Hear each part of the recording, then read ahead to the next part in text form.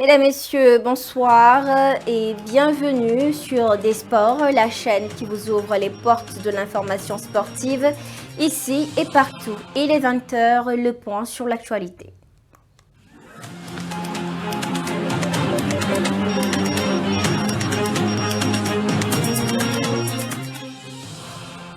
Merci à vous, fidèles téléspectateurs, d'avoir choisi la passion du sport.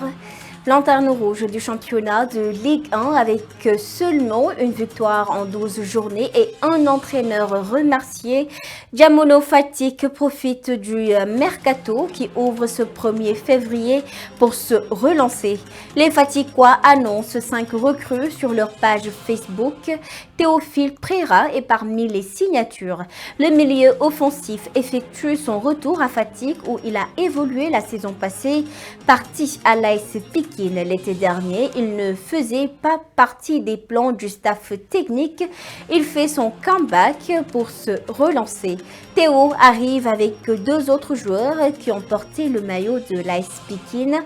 L'attaquant excentré Mohamed Mané alias Giggs et le milieu relayeur Sahor Dia.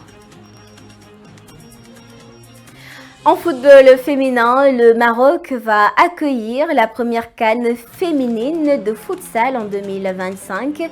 Le Maroc continue de s'affirmer comme un acteur majeur dans l'organisation des compétitions de football sur le continent. Après avoir accueilli plusieurs événements de premier plan, dont la CAN féminine 2022 et la Coupe du monde des clubs 2023, le pays s'apprête à organiser la première édition de la Coupe d'Afrique des Nations féminines de futsal. La Confédération africaine de football a officialisé cette annonce lors d'une réunion de son comité exécutif à Rabat. La compétition se déroulera du 22 au 30 avril 2025, marquant une avancée significative pour le développement du futsal féminin en Afrique. Les 2 équipes finalistes décrocheront leur qualification pour la Coupe du monde de futsal féminin de la FIFA prévue aux Philippines en fin d'année 2025. La D1 féminine sénégalaise joue sa 9e journée ce week-end.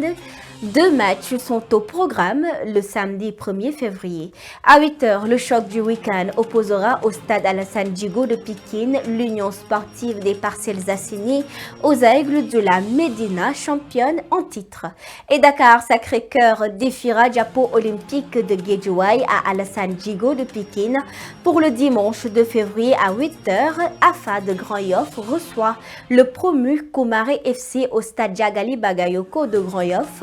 À Caroline Faye de Mour, les Dorades croisent Kaolack FC à 9 h 00.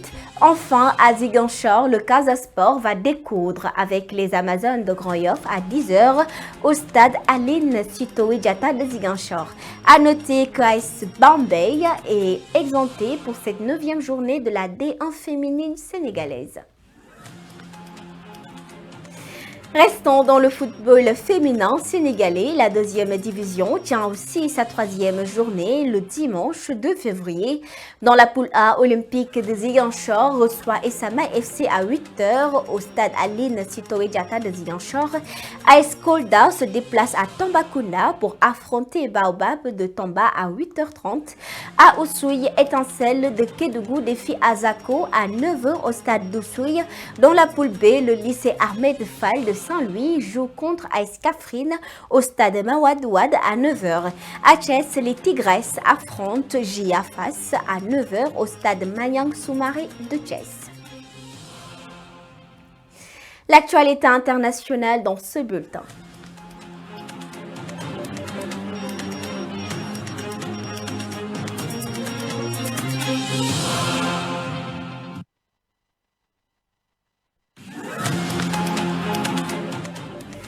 Après Fally Sagna, Libasse Gueye et Ousseynou Ndiaye, Teungueth FC engage une nouvelle recrue pour ce mercato.